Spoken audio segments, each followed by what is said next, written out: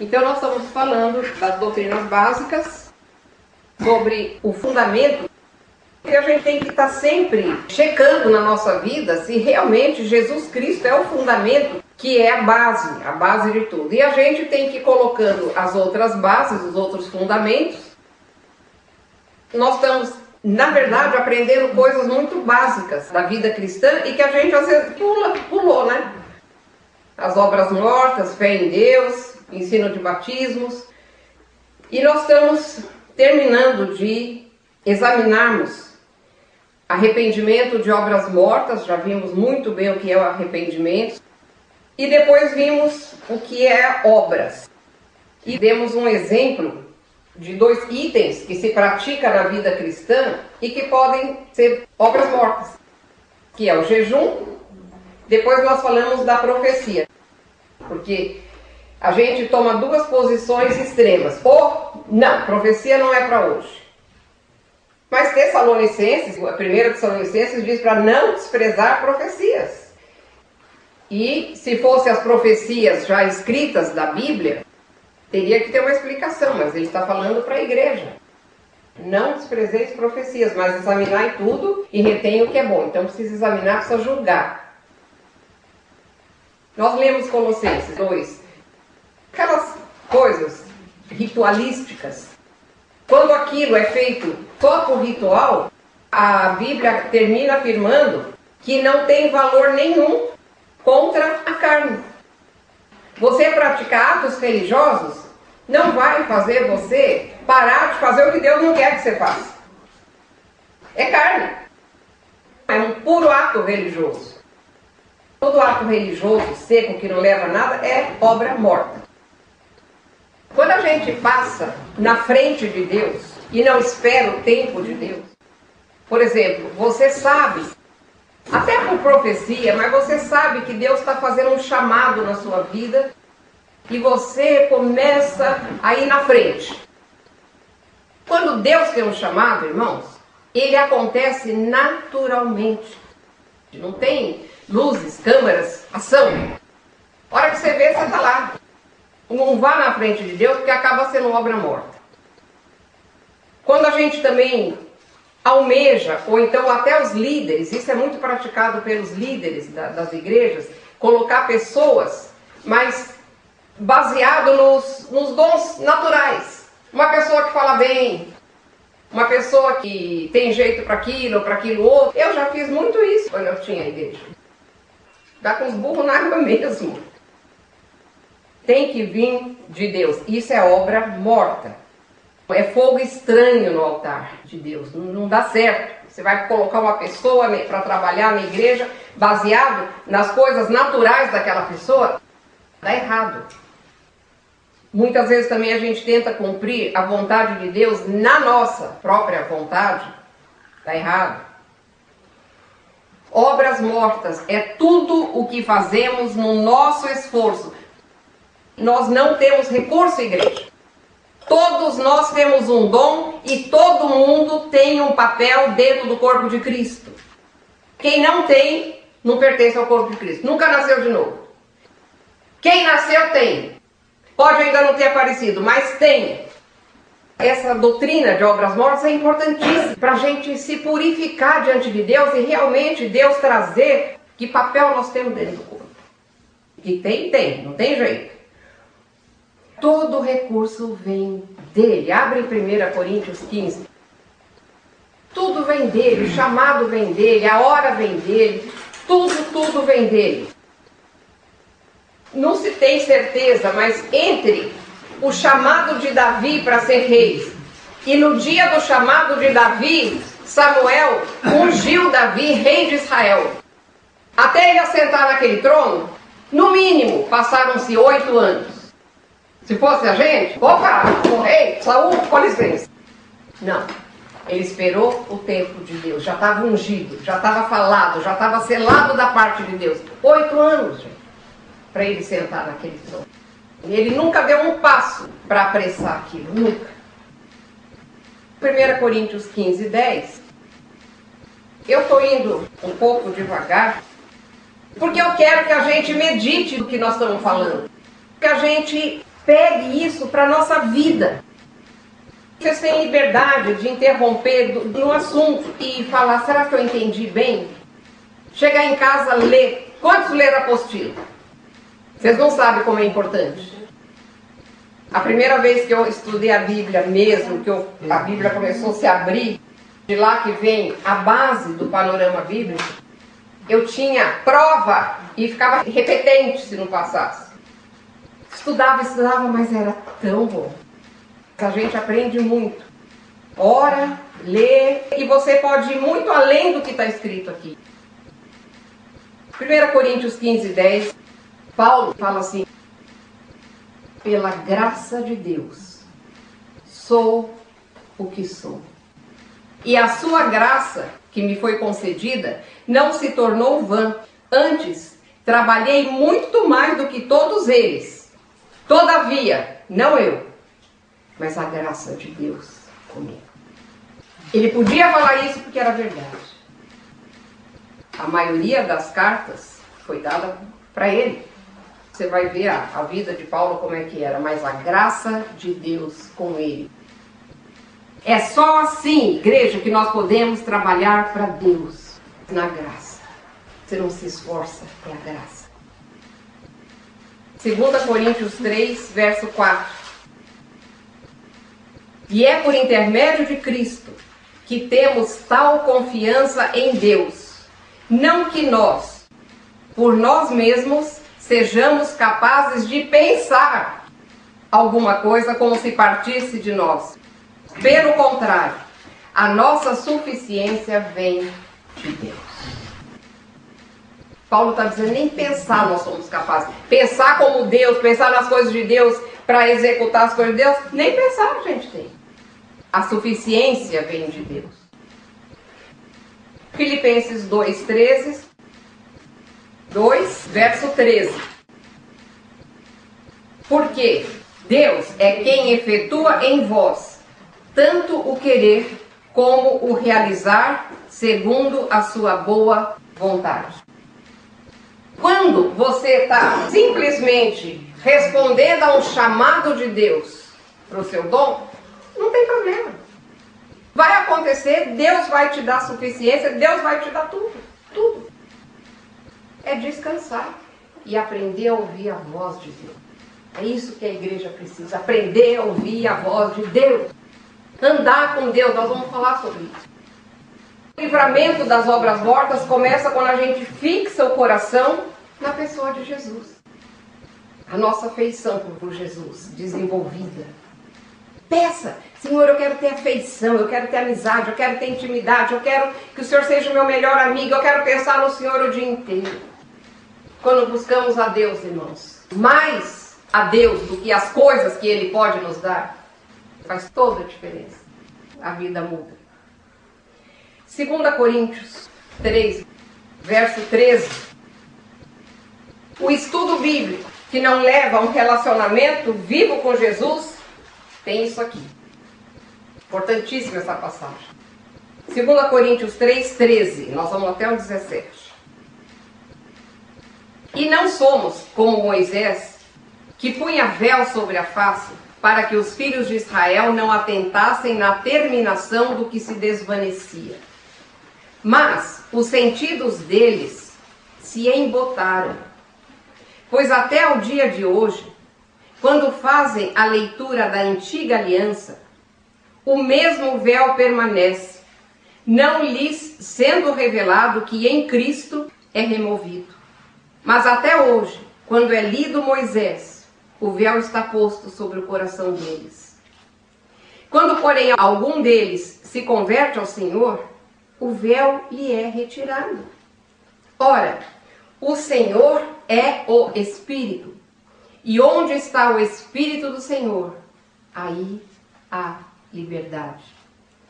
E todos nós, com o rosto desvendado, contemplando como por espelho a glória do Senhor, somos transformados de glória em glória, na sua própria imagem, como pelo Senhor, o Espírito.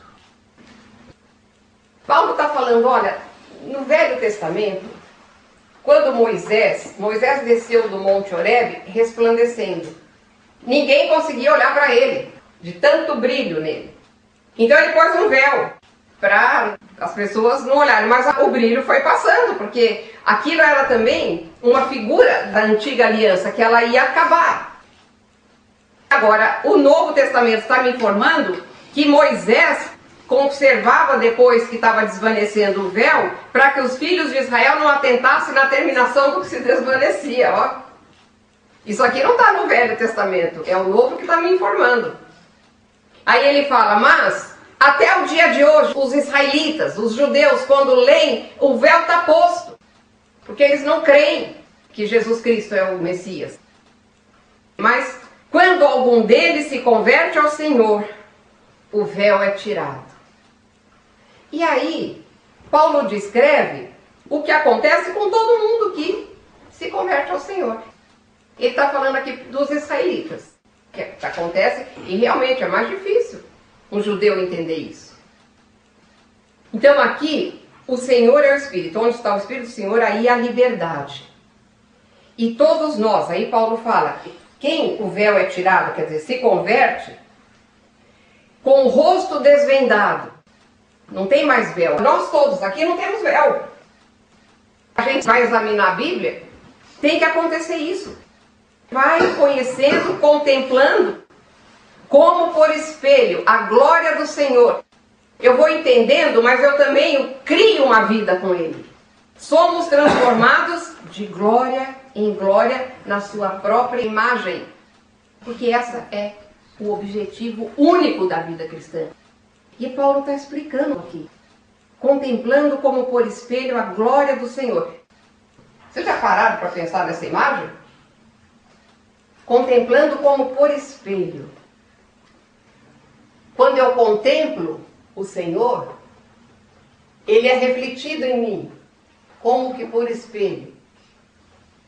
E as pessoas podem ver Jesus através de mim.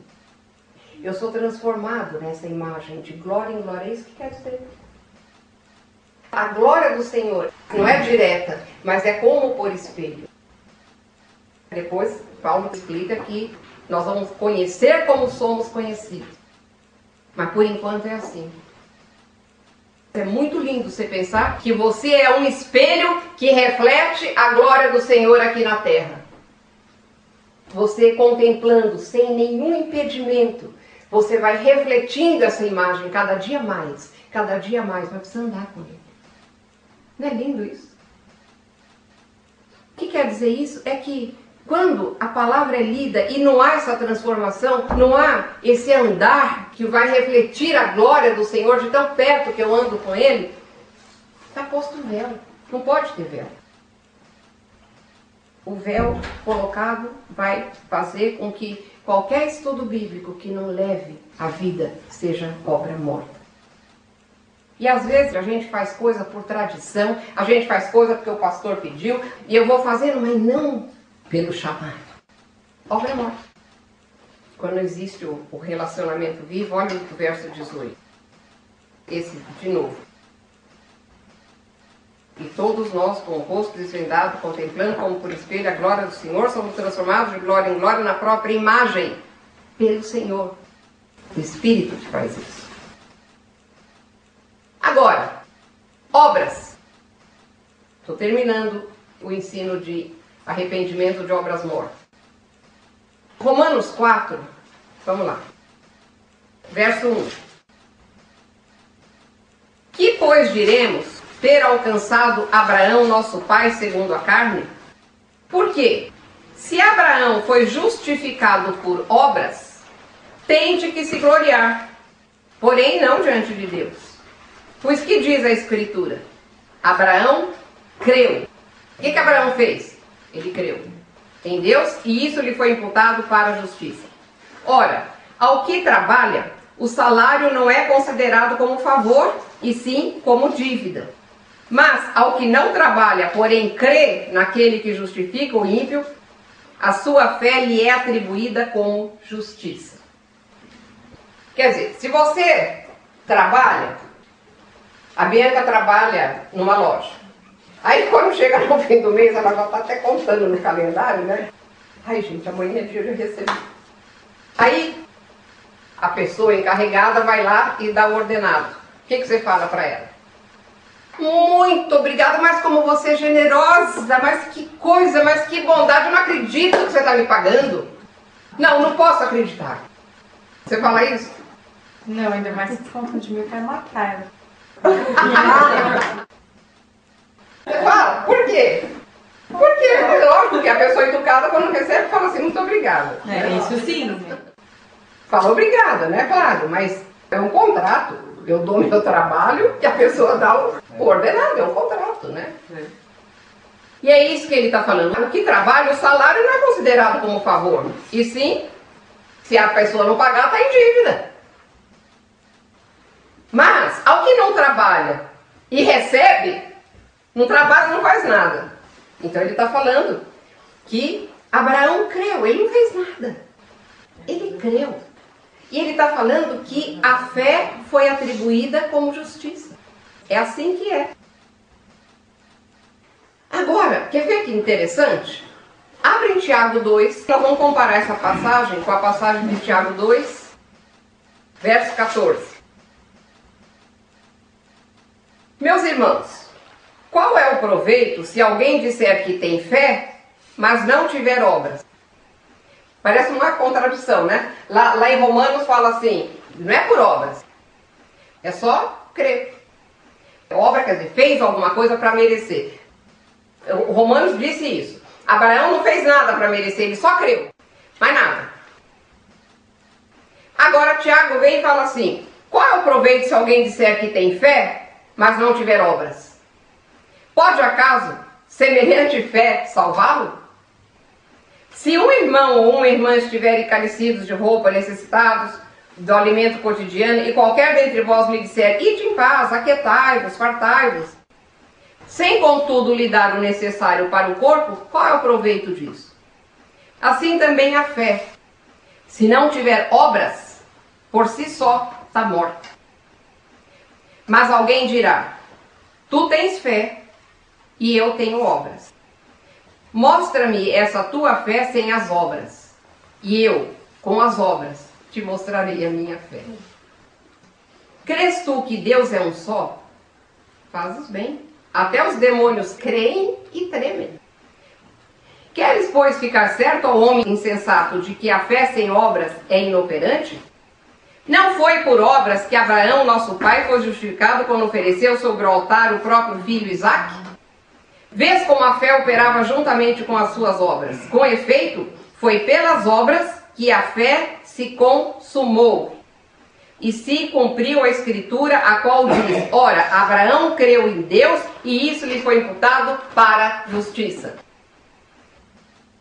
O texto de Romanos citou a mesma passagem, Abraão creu em Deus e isso foi lhe imputado para a justiça, dizendo que ele não fez nada. Estão percebendo a contradição, que não é contradição? O que está escrito aqui? Não é que nós vamos fazer alguma coisa que partiu de mim, então vamos dizer, para eu ser justificada, tenho que ler 40 capítulos da Bíblia, depois orar 5 Pai Nossos, depois ir em 5 cultos numa igreja. Isso é obra que não é para fazer. Eu estou fazendo de mim alguma coisa para trocar. Agora, o que Tiago está falando é que a fé, ela se concretiza em algo da minha vida e que mostra que eu tenho fé em Deus. O que Abraão fez? Era a última coisa que ele faria para trocar com Deus. Mas quando Deus falou, Abraão, leva teu filho e me oferece teu filho como sacrifício lá no Monte Moriá. Se Abraão falasse, não, Senhor, eu tenho fé no Senhor, o Senhor sabe que eu faria isso de coração, mas eu tenho fé, não vai esquecer, hein, Senhor, eu tenho fé, mas meu filho não vou levar. A obra que provou, porque os demônios têm que saber da nossa fé, irmãos, os anjos têm que saber da nossa fé, eu tenho que saber que eu tenho essa fé, que é dada por Deus. Deus sabe. Quando ele falou, Abraão, pega o seu filho e me leva. Abraão, a Bíblia diz que ele levantou de madrugada. Ele não abriu o bico, ele não fez uma pergunta. Ele caminhou 3 dias. Você vai pensar, caminhar 3 dias e falar, vou matar o meu filho. Eu vou matar o meu filho. 3 dias. Não foi uma coisa rapidinha para você não pensar.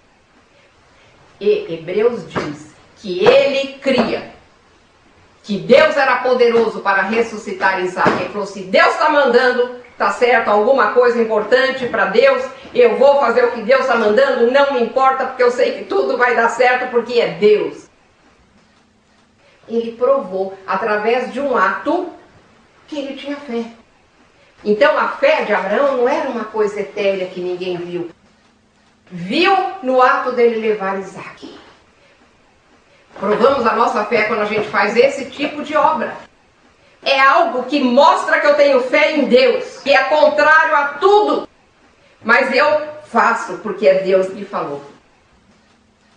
Entenderam o que é a obra que coopera com a fé? A fé sem obra é morta. A fé só teórica, eu tenho fé, eu tenho fé. Eu tenho fé?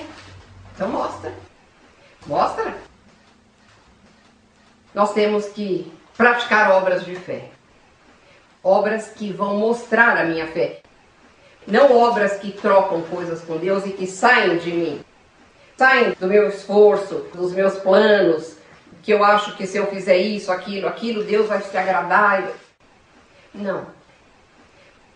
Não é a obra que vai nos levar à justiça. É a fé. Mas a obra mostra que eu tenho fé. Nesse contexto, por exemplo, quando você é salvo, você pratica isso sem querer. Fala assim, se com a tua boca confessares a Jesus, essa é a obra. E em teu coração creres, você está colocando em concreto o que o teu coração crê. É mais ou menos isso, mas é muito mais que isso. As obras que atuam com a fé. Porque é a obra que evidencia a minha fé. Não é ela que me salva. É a obra que concretiza, deixa a minha fé concreta. As obras são as que o Espírito nos dirige a fazer. As obras que Deus preparou para que andássemos nelas. Muita gente pensa que alcança a justiça de Deus praticando atos, falando de oração, jejum, caridade, sofrimento, votos. Não. Deus não é vendedor de coisas, gente. Não é. Essas coisas acontecem, elas vêm da nossa transformação. A transformação vai abrindo meus olhos para realmente ver o Deus maravilhoso que Ele é. E eu vou me entregando mais. Vai sendo feito pela graça. Vocês percebem? Todo o nosso estudo vai parar sempre aí. Por quê? Ele nos quer por inteiro. Deus nos quer por inteiro. Ele não se conforma com a metade. E Ele só nos tem por inteiro, igreja, quando nós morremos e ressuscitamos. Em cada área. Aí é dele. Aí é como tem que ser. Aí é a volta, aquilo que eu sempre estou falando, a verdadeira humanidade. Não é que você vai virar uma pessoa tão espetacular, tão estranha. Não, está voltando à verdadeira humanidade, só isso. A humanidade como Deus criou. Então vamos tirar as obras mortas da nossa vida. Faça um exame na sua casa. Peça perdão. E com toda alegria fala, Senhor, eu quero começar tudo de novo. Eu quero fazer obras de fé. Mas é o Senhor que vai me inspirar. É o Senhor que vai me dar. Vira as costas para tudo que é morto. E deixa que Deus revele a sua vontade. A sua graça. A sua capacidade em você. Ele só quer que você se apresente.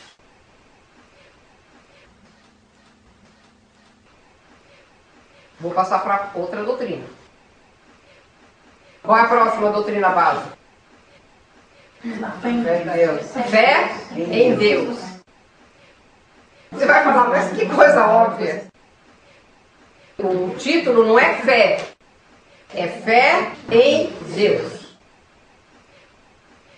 Em Hebreus 11, nós temos que ir para lá, verso 1. Vamos ler junto? 11:1.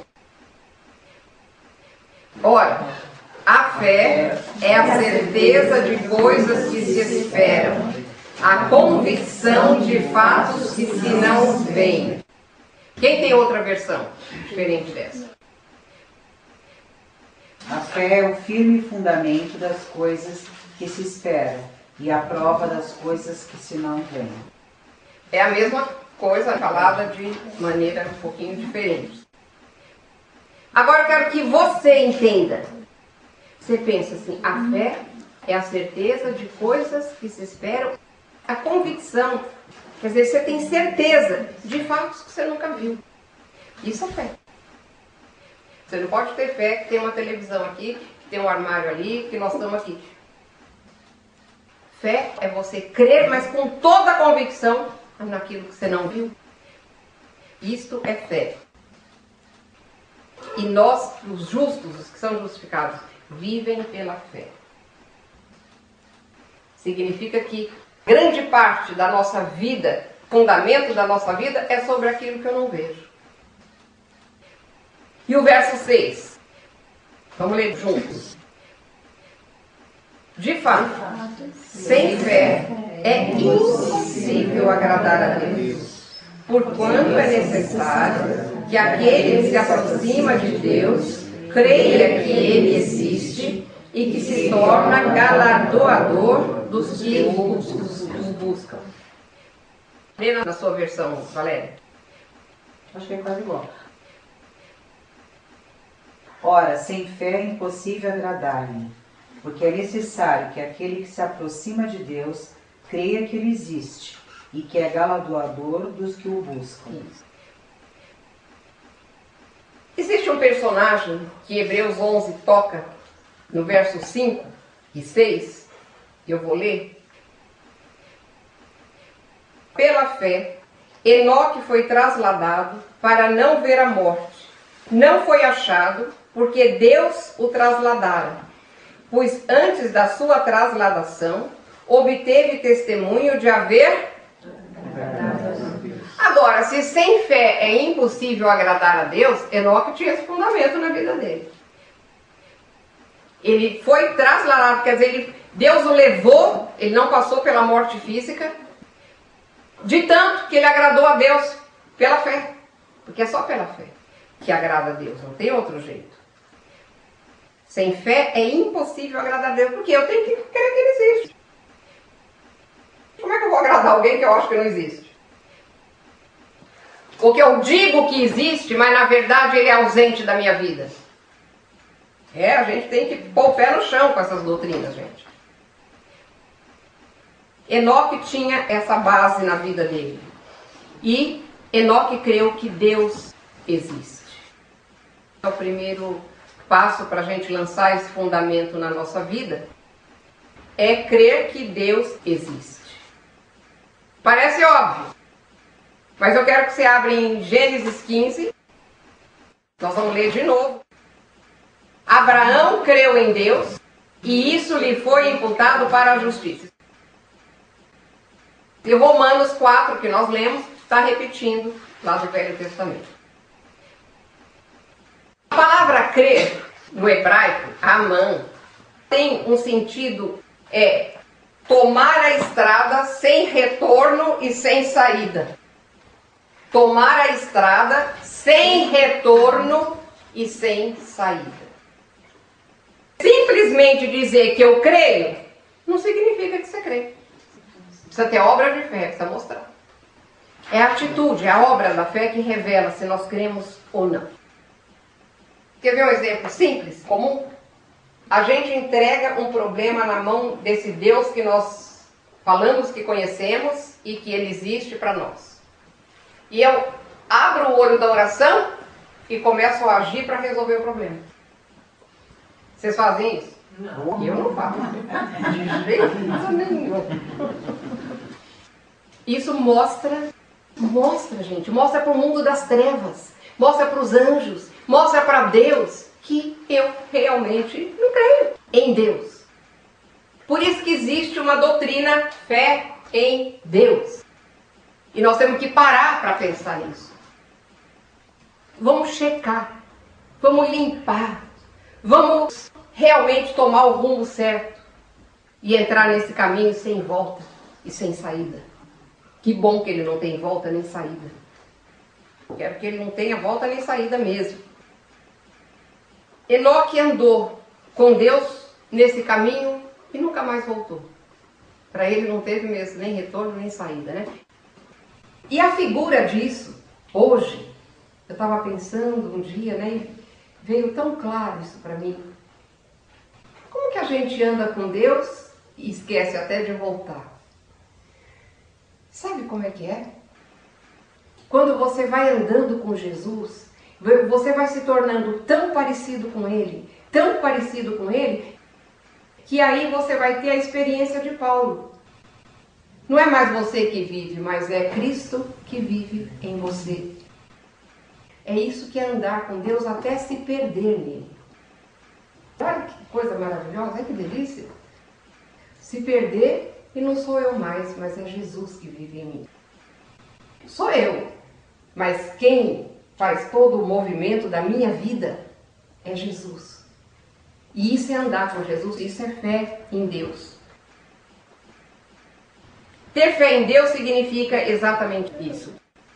Que Ele existe, é o Deus da minha vida, sem nenhuma alternativa. Eu me alegro de seguir o caminho dele, de andar com ele. Mas Enoque foi além disso.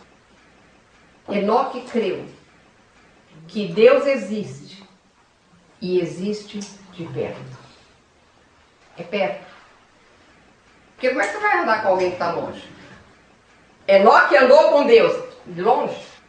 Vocês conseguem andar? Hoje você disse que andou, né? Você andou com o Rubim, estava perto, né? Como é que você vai? Não, andei com o Rubim, só que eu estava aqui, ele estava lá em Perdões. Nós temos que crer em Deus e Deus de perto. Às vezes a gente ouve, ou a gente mesmo ora, parece que aquele Deus longe, num trono que ninguém atinge. Um Deus cheio de mistérios, cheio de pompa, mas ele está perto, lá longe. Agora, como que eu ando perto? Como é que Deus fica perto, se mantém perto de mim? Deus não anda com ninguém, a não ser com alguém que seja justo.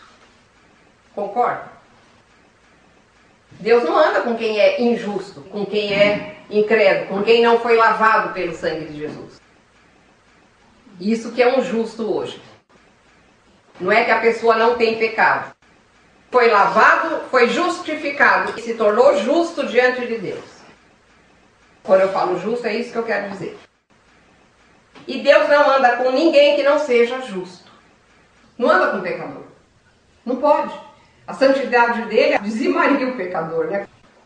Quando Moisés quis ver a Deus, ele falou: Moisés, ninguém me vê e fica vivo. Porque a nossa carne é carne pecaminosa. É por isso que não fica vivo. E é por isso que nós vamos ter que ter um novo corpo. Porque esse corpo não aguenta a presença de Deus. É santidade demais. Dizima. Para andar de perto com Deus, nós temos que nos tornar justos.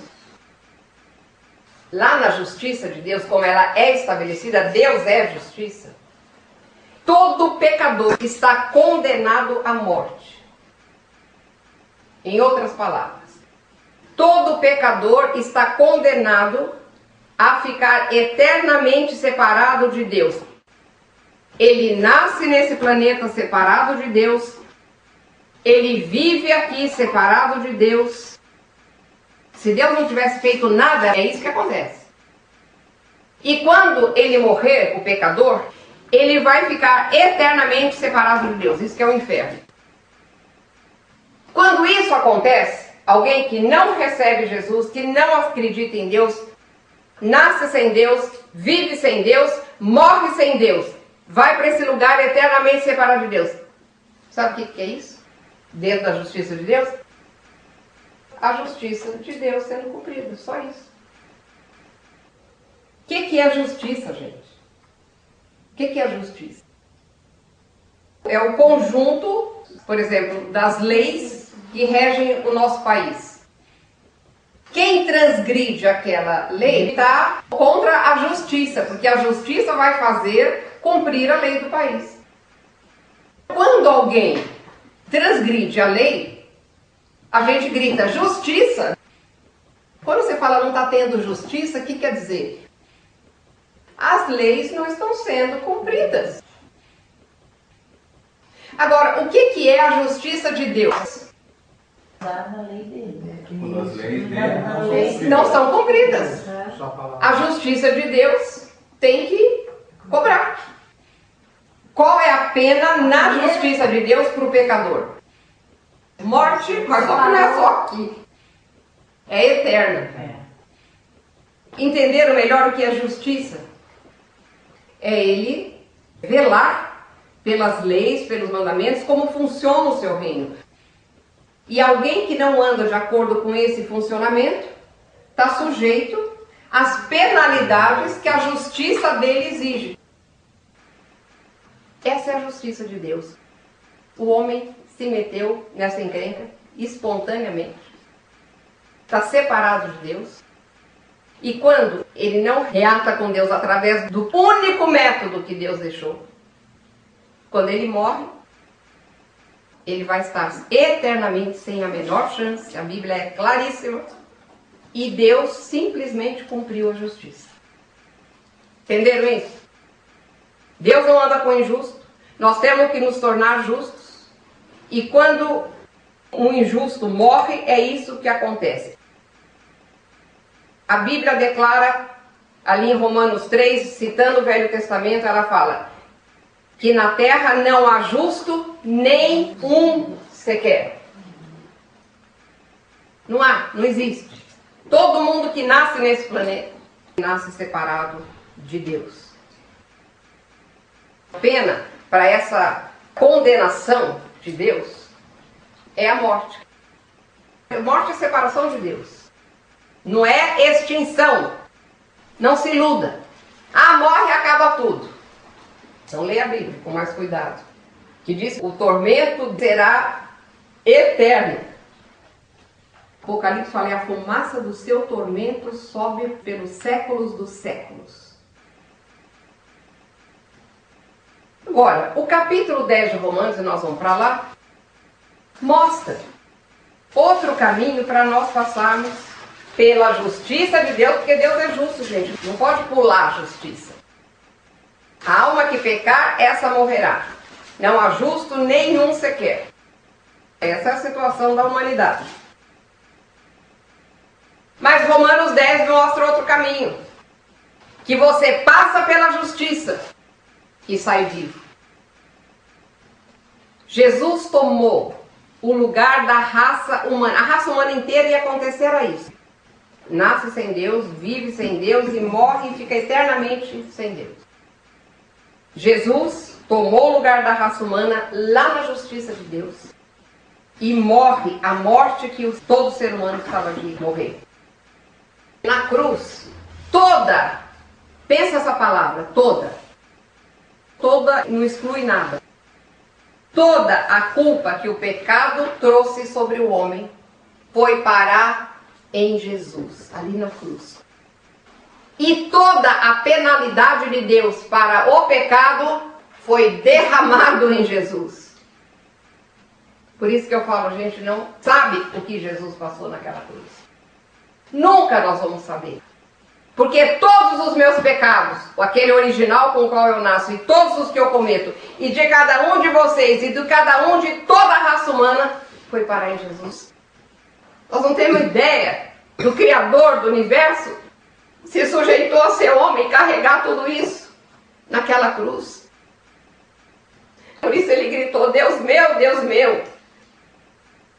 Toda a penalidade, o castigo na justiça de Deus pelo pecado, que era a morte, foi lançado sobre Jesus. E ele morreu. E a gente fica aqui. Agora não, agora eu vou ver isso. Agora não, depois eu falo com Deus. Eu consegui decorar Isaías 53 e de vez em quando eu estou andando por aí, eu vou falando para lembrar. E no final do 52 diz que ele nem parecia homem naquela cruz. Jesus ali se tornou justiça de Deus.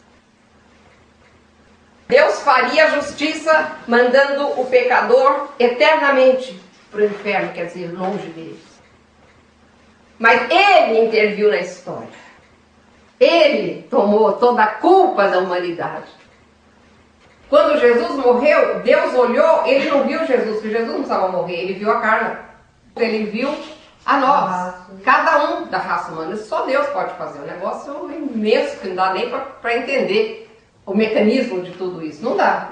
Mas é isso que aconteceu. E ele, na hora que ele tomou toda a culpa, Deus descarregou nele todo o castigo que a lei de Deus exigia pelo pecado. E aí Jesus se tornou justiça de Deus. É pela justiça realizada por Jesus e não por nós é que nós nos tornamos justos e podemos então andar com Deus.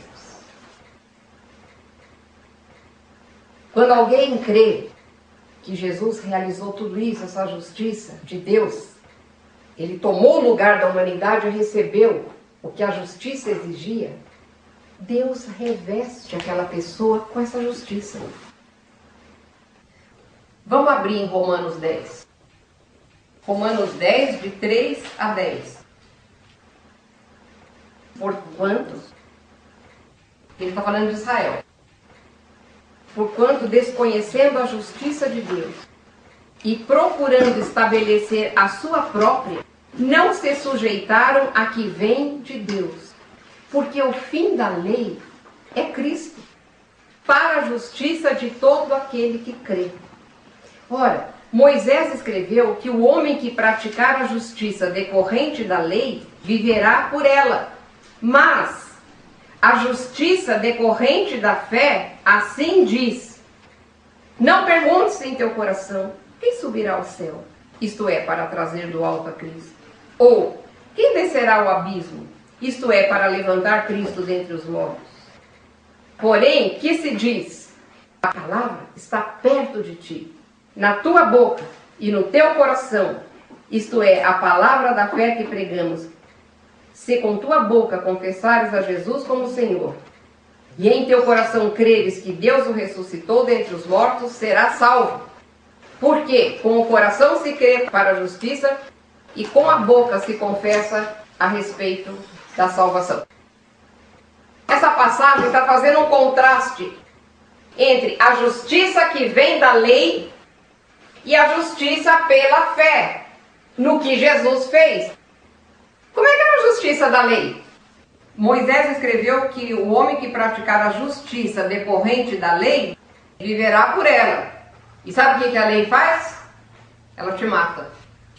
Ela te mata, não tem graça na lei. Ou você faz ou morre. Aí, para não morrer, eu mato o animal. Mas a Bíblia diz que o sangue de animal não tira pecado. Se eu ficar matando animal até o fim da minha vida, quando eu morrer, não tem jeito. Mas a justiça que vem da fé. Eu creio no que Jesus fez no meu lugar. Justiça é isso. Justiça é como funciona a lei de Deus. E quando essa lei ela é transgredida, há uma penalidade. E quando Jesus tomou o lugar da raça humana e recebeu nele, a justiça de Deus ficou satisfeita. A raça humana morreu em Jesus. Isso é justiça de Deus. Agora, por que é a justiça decorrente da fé? Porque eu sou justificado sem fazer nada, só crendo, que nem Abraão. A justiça decorrente da fé é quando eu creio que Jesus foi feito justiça no meu lugar. Foi feito justiça significa Deus cobrou de Jesus o que a justiça dele exigia. Morte, morreu. Porque se eu morro, morreu, acabei. Vou para a morte eterna. A justiça foi feita. Mas Jesus não. Ele cumpriu, mas ele ressuscitou. Quando eu aceito Jesus, a minha ficha de pecadora lá fica limpa. Porque como eu estava em Jesus na cruz, é como se eu tivesse pago a pena. A justiça foi cumprida. Eu sou justificado, eu sou justo, justa, totalmente justa. Mas eu fiz alguma coisa? Não, eu criei. Por isso que é a justiça que vem da fé. Entenderam isso? Não pode ter dúvida que você precisa explicar isso quando você falar de Jesus. Por que só Jesus salva? Porque Jesus é a vida. Porque Jesus é a verdade. Porque Jesus é o caminho. Você tem que saber isso lá dentro com convicção. O que é justiça? O que essa passagem está falando é que para você ser salvo, ser justo, justificado, você não tem que fazer nada impossível. Você não tem que pegar e trazer Jesus. E nem poderia. Ou vai lá no abismo e traz Jesus. Não. Ele desceu. Ele morreu. Ele foi ao abismo. E ele subiu. É ele que fez tudo isso. Nós jamais poderíamos fazer. O que o texto está falando, você não tem que fazer nada impossível. Você não tem que fazer nada estranho, nem impossível mesmo. Poderíamos nunca fazer isso aqui. Jesus já fez. Para ele foi complicado. Mas para nós, o que eu faço para pegar tudo isso que Jesus fez? Deus deixou a maneira mais simples. Mais simples. E é por isso que fala assim, a palavra está perto de ti. Na tua boca, no teu coração. A palavra da fé. Você tem que ter fé. A palavra da fé que pregamos. Está na boca e no coração. Tem mais perto do que isso? Está lá dentro, está na minha boca. Para mim é simples. Eu creio e confesso com a minha boca a justiça que Deus fez. A gente precisa continuamente crer que Deus está perto. Gente, quem tem Deus através de Jesus, Deus está perto. Quem que é o templo de Deus? Nossa. Onde que Deus habita? No templo. Quem é o templo? Sou eu. Eu sou a habitação de Deus. Ele está aqui dentro. Gente, é ridículo as orações que falam assim, Senhor, venha estar conosco. Ele já está aí. Senhor, fica conosco. Ele está aqui. Permanece conosco, Senhor. Não pode orar assim. Quer dizer, pode, não é pecado nenhum, é só meio morto, né? O terceiro passo de fé em Deus é ter uma vida compatível com a afirmação de que Deus existe e está perto. Mas vamos falar nisso a aula que vem. Sabe, andar com Deus é uma coisa, parece que saiu de moda da igreja. Eu voltei a ler o que a história chama de os místicos, como Madame Guyon. Esse pessoal andava com Deus. Eu queria terminar essa nossa reunião lendo um pedacinho muito pequenininho. Eu não sei se vocês já ouviram falar num homem chamado o irmão Lawrence. O irmão Lawrence era o nome quando ele foi para o mosteiro. Viveu no século XVII. Ele trabalhava no hospital, na cozinha do hospital, mas a experiência da alegria. Eu falo, Senhor, como eu quero isso também. O irmão fala assim, você quer conhecer a maneira mais sublime de vida que se pode experimentar? Não existe no mundo uma maneira de vida mais doce e maravilhosa do que estar continuamente caminhando com Deus. Enquanto escrevo, começo a me dar conta de que somente as pessoas que já experimentaram e praticaram esta ininterrupta caminhada com Deus podem entender essas declarações. Quero ainda acrescentar, rapidamente, que não aconselho a fazer essa caminhada simplesmente porque ela é doce e maravilhosa. Não é apenas o prazer que estamos procurando. É preciso que esse exercício seja feito apenas por um único motivo, porque amamos a Deus.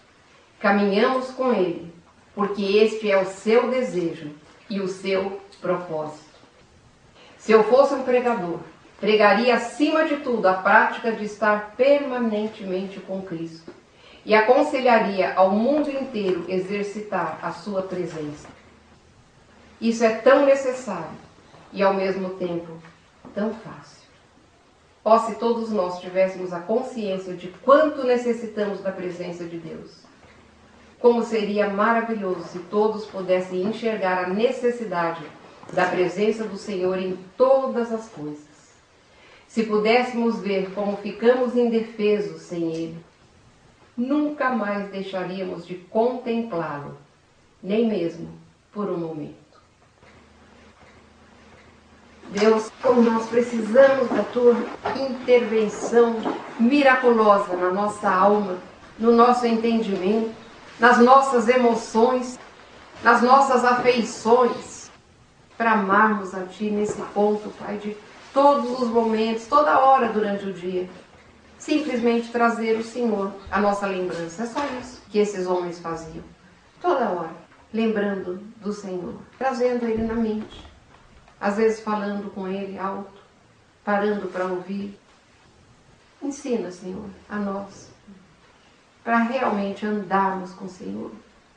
Sentirmos mesmo, Senhor, a Tua presença. Ouvirmos a Tua voz nos orientando. Deus, nós não queremos ser essa igreja inoperante, Pai, que ouve, vai, entra, se arruma, vai no culto, volta, e nada de mudança. Ó Deus, não queremos isso. Eu, pelo menos, não quero isso, Senhor. Eu quero a Tua transformação, Senhor.